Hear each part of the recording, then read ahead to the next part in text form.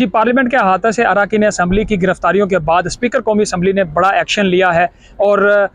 कुछ एहलकार जो पार्लियामेंट के अंदर ड्यूटियां देते हैं उनको मुअत्तल किया गया है। सुन्नी इत्तेहाद कौंसिल और तहरीक इंसाफ के रहनुमाओं की गिरफ्तारियां हुई थी, जिसके बाद गुज़श्ता कौमी असम्बली के इजलास में तहरीक इंसाफ के रहनुमाओं ने स्पीकर कौमी असम्बली से एक्शन लेने का मुतालबा किया था और पीपल्स पार्टी की तरफ से भी इसकी मजम्मत की गई थी कि अरकान असम्बली की कौमी असम्बली के अहाता से गिरफ्तारियां नहीं होनी चाहिए, जमहूरियत पर और उसके तकद्दुस पर हमला है। जिसके बाद स्पीकर एयाज सादिक की तरफ से 4 जो एहलकार हैं जो कौमी असम्बली में ड्यूटियां देते हैं उनको मुअत्तल किया गया है, जिसमें ख़ास तौर पे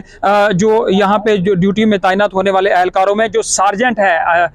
उनको मुअत्तल किया गया है। उनके साथ साथ जो आर्म्ड इशफाक अशरफ हैं जो ये सार्जेंट की ड्यूटी सर अंजाम देते हैं इनको मुअत्तल किया गया है और इनके साथ जो दीगर अफसरान जिनमें security assistant Waqas Ahmed, 3 junior assistant security Abdullah, Waheed, Safdar और मोहम्मद हारून जो है ये सिक्योरिटी अफसरान जो है शामिल हैं जिनको स्पीकर कौमी असम्बली की तरफ से मुअत्तल किया गया है और ये एक्शन सामने आया है स्पीकर कौमी असम्बली की तरफ से। उसके बाद आज भी देखा जा रहा है कि गुज़श्ता इजलास में स्पीकर की तरफ से IG इस्लामाबाद को बुलाया गया था और उनको कहा गया था कि किस तरह कौमी असम्बली के क़वाइद व ज़ाबित के खिलाफ किसी अरकान असम्बली की गिरफ्तारियाँ की जा सकती हैं। फिर उसके बाद जो अरकान असम्बली गिरफ्तार किए गए थे जिसमें ज़ैन कुरैशी थे और दीगर उनके साथ आमिर डोगर थे, दीगर रहनुमा थे, शेख वकास अकरम थे, उनकी गिरफ्तारियों पर स्पीकर ने कहा था कि उनको रिहा किया जाए, लेकिन जब उनको अदालतों में पेश किया गया तो 8 दिन का उनका रिमांड दे दिया गया था। अब आज जब इजलास कौमी असम्बली का चल रहा है तो देखना ये होगा कि अब स्पीकर कौमी असम्बली चूँकि खुद